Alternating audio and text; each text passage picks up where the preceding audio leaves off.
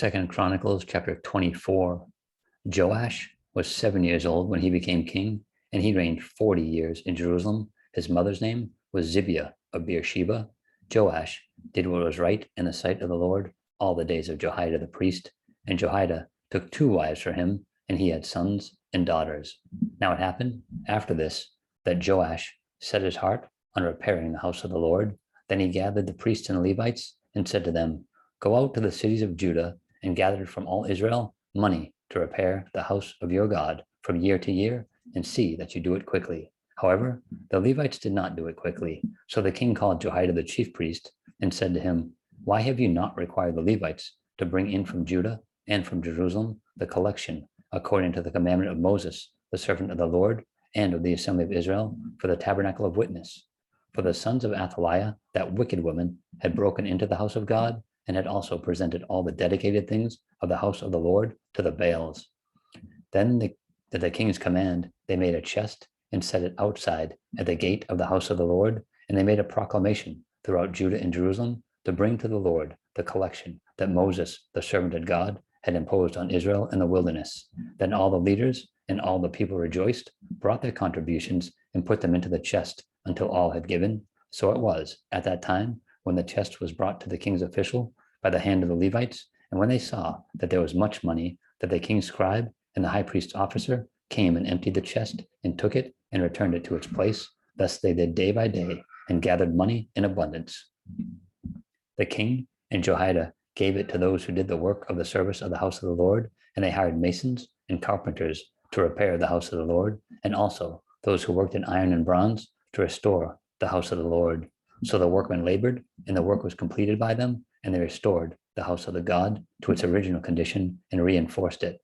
When they had finished, they brought the rest of the money before the king and Jehoiada. They made from it articles for the house of the Lord, articles for serving and offering, spoons and vessels of gold and silver, and they offered burnt offerings in the house of the Lord continually all the days of Jehoiada. But Jehoiada grew old and was full of days, and he died, and he was 130 years old when he died, and they buried him in the city of David among the kings, because he had done good in Israel, both toward God and his house. Now after the death of Jehoiada, the leaders of Judah came and bowed down to the king, and the king listened to them. Therefore they left the house of the Lord God of their fathers and served wooden images and idols, and wrath came upon Judah and Jerusalem because of their trespass. Yet he sent prophets to them to bring them back to the Lord, and they testified against them, but they would not listen. Then the Spirit of God came upon Zechariah, the son of Jehoiada the priest, who stood above the people, and said to them, "Thus says God, why do you transgress the commandment of the Lord so that you cannot prosper? Because you have forsaken the Lord, he has also forsaken you." So they conspired against him, and at the command of the king, they stoned him with stones in the court of the house of the Lord. Thus Joash the king did not remember the kindness which Jehoiada his father had done to him, but killed his son. And as he died, he said, "The Lord look on it and repay."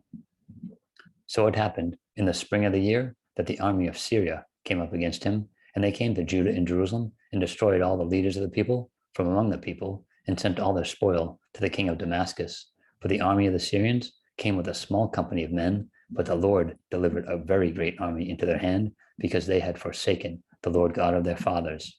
So they executed judgment against Joash.